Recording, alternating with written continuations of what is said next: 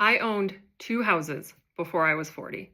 Everybody asks me how I did that. My friends are constantly wanting to know how is that even possible, and especially in today's market. And something that I want everyone to know is that it's all about your mindset. It's all about your relationship with money. It's not about coming into money. It's not about working more hours to get more money. It's your personal relationship with money. And one of the key pillars that I work on every day in my life still, I've worked on with my husband, I work on with my clients, is your relationship with money. Money is a tool. Money is something that you use to get exactly what you want. So the first thing that everybody needs to think about is what are your finances for your income, but then what are your expenses? And I know it's unpopular, but how can you shave those expenses? Because all you're doing with your money is you have an income that is one big bucket of money. And what you need to be doing throughout your day is putting money in different buckets. And the best way to increase your savings is to allocate more money into that bucket for savings. And I tell my clients to think about it as paying yourself first. I think all of the finance books, all of the webinars, anything that you would attend, they all say pay yourself first. And the reason for that is because you are paying your future.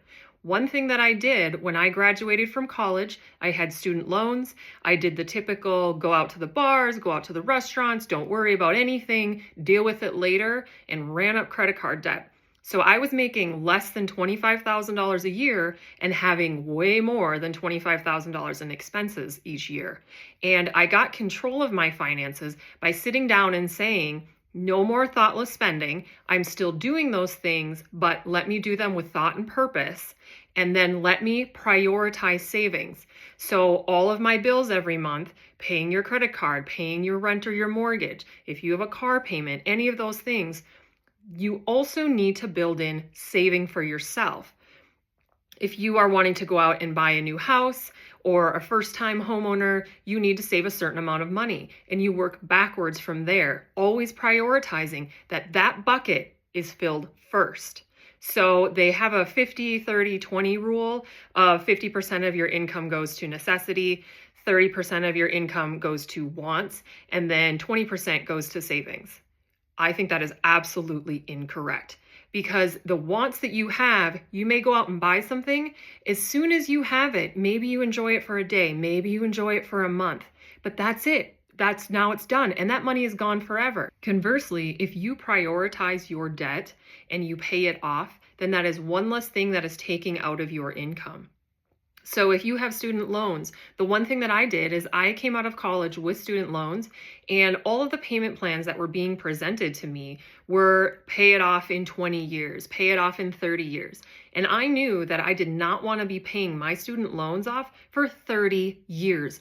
That is insanity. Being in your 50s and still paying for something that you did 30 years ago, mortgages are different because that's a larger purchase, although today, college is essentially the cost of a house. But at that time, when I came out, I said, I am absolutely not doing this. Come hell or high water, I will pay this off in 10 years. And I set myself on a payment plan that I set up with the lenders that I was working with. And I made sure that it was 10 years and I wasn't going to pay a day more. And that there were times that was challenging to do. But one thing I wanted to do is make sure that was gone and off my plate. So when I was 28 years old, I was ready to buy a house because I no longer had student loans. The other thing I did was I made sure that I was putting money into that savings account, into that pot, and paying myself, because I knew that I didn't want to be paying rent and essentially throwing money into thin air for as long as it was going to take. And it's so easy to talk your way down and say you can't afford something. But when you are saving towards something, so buying a house, if you're looking at your retirement or investment accounts, anything like that, if you make that a priority and you treat it as a bill, so no matter what, you pay that every single month as if you had a mortgage or rent and you would lose your living situation, you treat it with that extreme care, you will meet that requirement to yourself every single month. And at the end, if there's money left over, so you set aside, you want to save $200 a month for your savings because you're going to buy a house.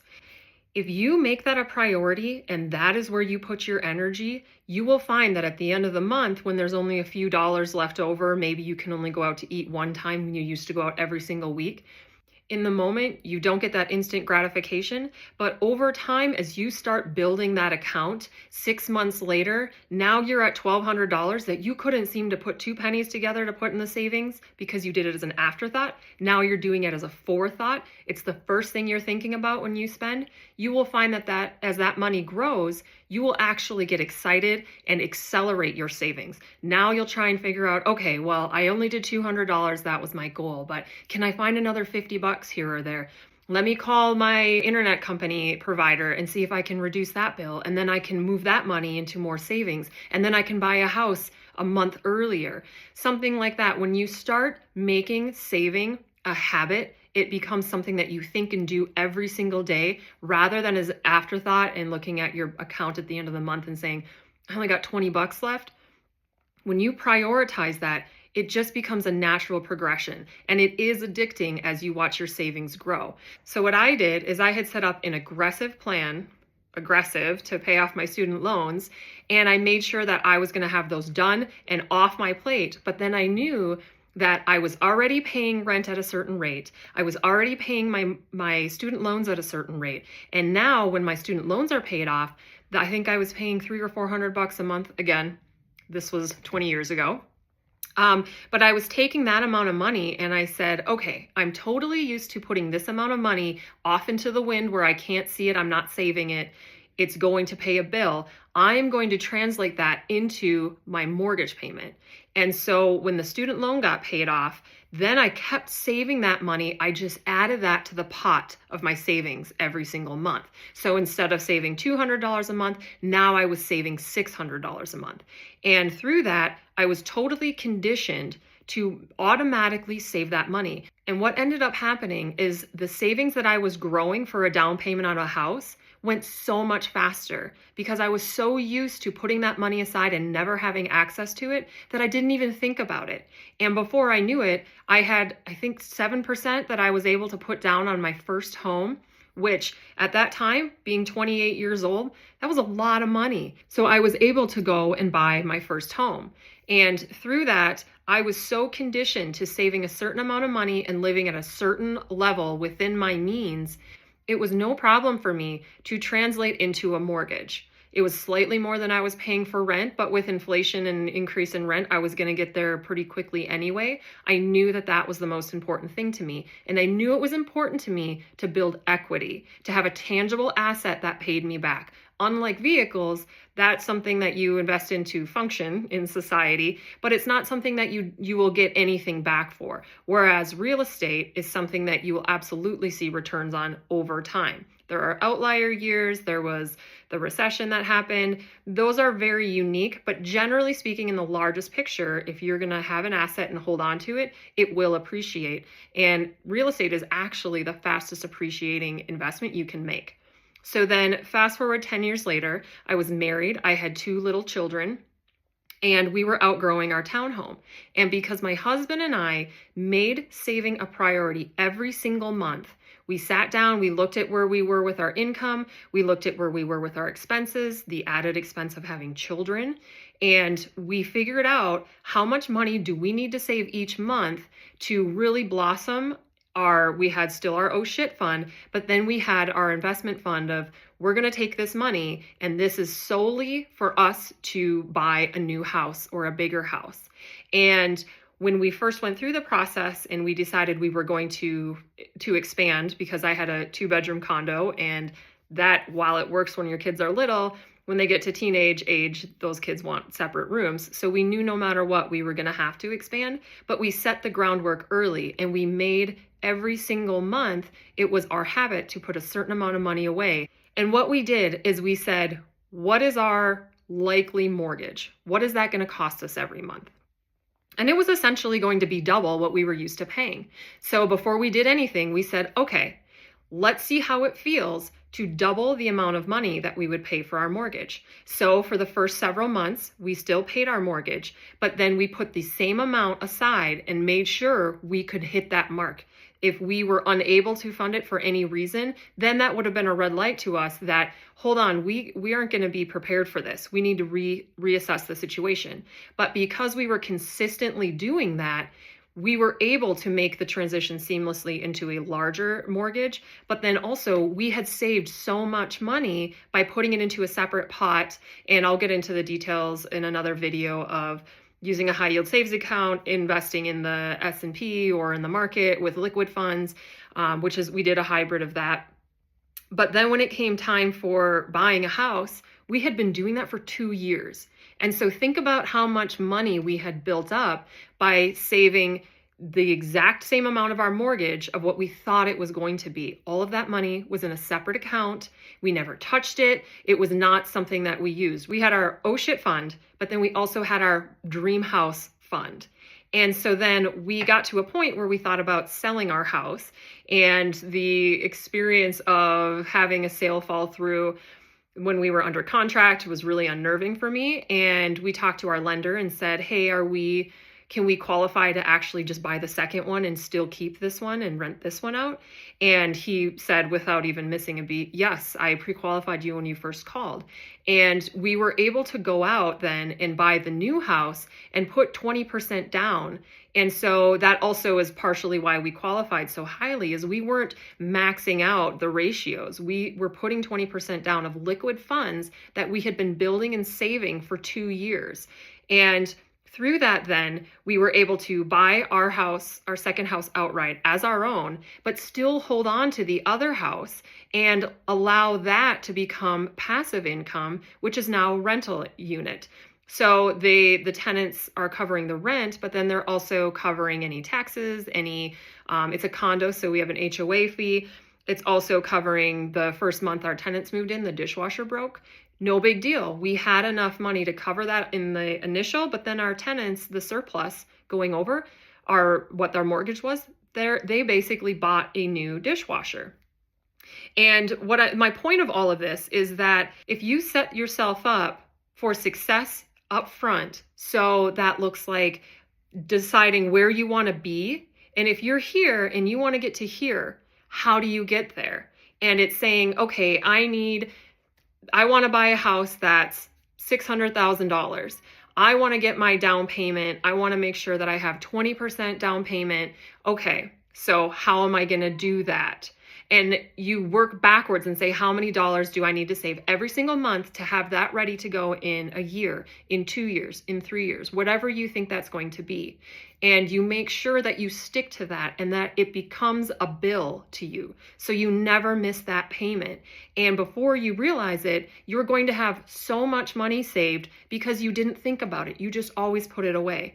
One thing I remember talking to my husband about a lot during this process is I was really frustrated, and I said, I feel like we're broke. I feel like we're broke. And he said, what do you mean? And I said, that we have no money left over at the end of the month. How are we not having any money left over? And he said, well, what are we putting aside? I thought we were putting all this money away. What he was talking about was that I was so conditioned to pay myself first and treat it as a bill that was a non-negotiable that I had forgotten what I was actually doing. So we had to sit down and look at the numbers again. And I didn't realize we were putting money away for a college fund. We were putting money away for an oh shit fund, because now I was thinking about, we'll have to have a second oh shit fund, one for the rental, one for the single family. And I was forgetting about contributions I was making to that every month. I was forgetting about maxing out our retirement, each of our retirements. And I was forgetting about all of this money that we were putting aside as a double mortgage payment, essentially. And so what I was seeing was we're really kind of right at the bottom, we're right at the line, we're breaking even. But in reality, we were saving thousands of dollars every month just in all these different accounts that I had earmarked the money for. That was our savings account. We don't use that money for play. And I was forgetting that this money had a true purpose. And actually, we were doing so much more than I had originally thought, because anytime that I had an increase in my income, more money went into that account. My husband's a bartender, very volatile income at times. There's a peak season, a low season. He works at the airport. So high travel season, low travel season. So we were, every time that he was doing more, so the peak seasons of the summer, think holiday travel, anytime that those numbers significantly increased, we didn't go out and spend that money. We just put more money into that account. So when the opportunity arose and we found a house that we wanted, we were able to go in, make a solid offer, and get the house immediately. It was incredible. And all of our friends were absolutely dumbfounded. They couldn't figure out how we were doing this. But at the same time, those same people were going to all sorts of events. They were going to baseball games, they were flying to trips to Vegas. And while we were doing some of them, because part of our budget also included vacation and family travel, because that is incredibly important. You cannot be on a pure austerity unless you're in serious financial crisis.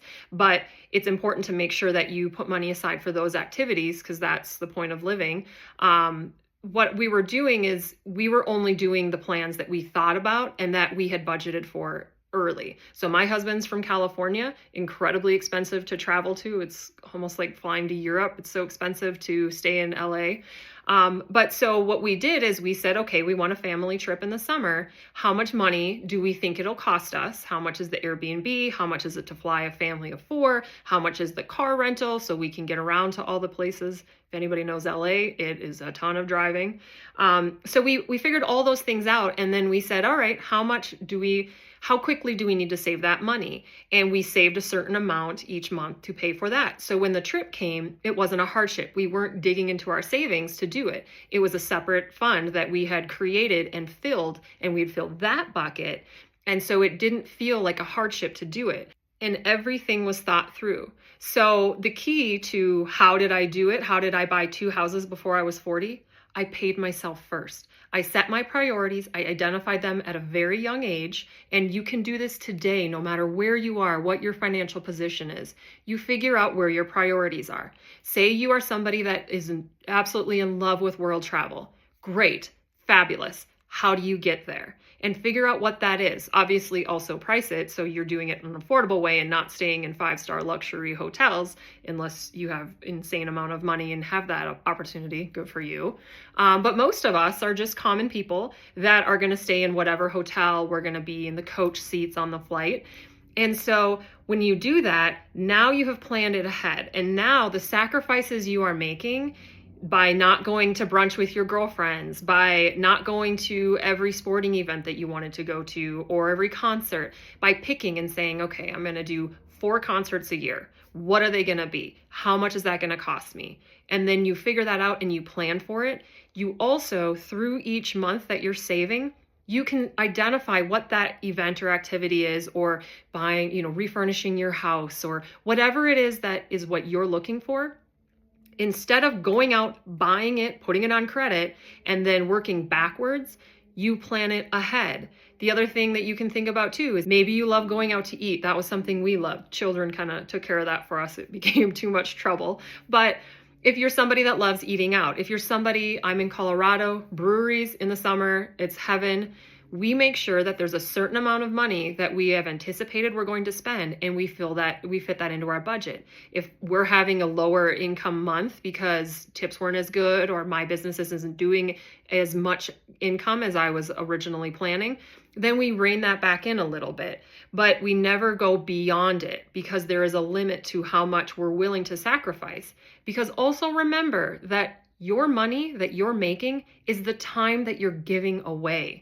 So how many hours are you spending earning that? Is it worth it? So remembering that also time is money, right? So we trade our time for money. So are you willing to work an extra 6 months to be able to pay for that one thing?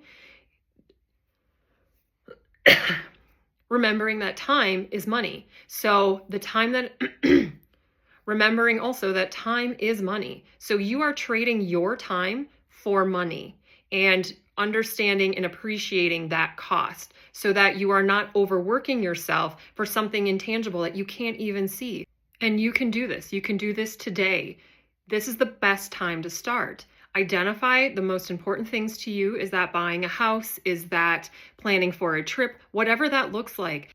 And you start at the end. You figure out what that's going to cost and don't under budget that number or you're going to be frustrated. Figure out the number that you need to be saving for and how long you have to do it, and then do the math on breaking out per month, how much do I need to put aside, and then you will build that as the time progresses. And sometimes you get there faster than you thought. Maybe you're a month or two behind. That's okay. You're still on the journey. You're still on the path. And when it becomes a habit, then you can reach that goal, and then you go do that event, you go buy that house, but you continue that mindset. So now you have funded that fully. Do you go back out and start blowing your money? No. You say, I was saving $200 a month for the house. Now I have that money, but I'm used to spending that $200 on myself. So now let's reallocate that into building up an oh shit fund for your house, into I need a new car, it's going to go in a year. Take that money that you were already conditioned to save, that you never missed, and start putting that into another fund that you're trying to save for. And that is how you build your savings every single day, but it becomes a habit. It becomes something you don't even think about. Maybe you'll be like me and look at the end of the month and go, why don't we have any extra? When really you're saving thousands of dollars. You just don't even realize it because you're so used to doing it. Just make savings a priority. Think about it as paying yourself first for something that feels unattainable now, but very quickly over time, if you do that every single month, before you know it, you will have all the funds that you needed for that activity, that event, that life event, and you will be better off for it. And then you can tell your friends when they're shocked, how did you put 20% down on a house in this market? Oh, it was easy. I just paid myself first. All right, that's it for today.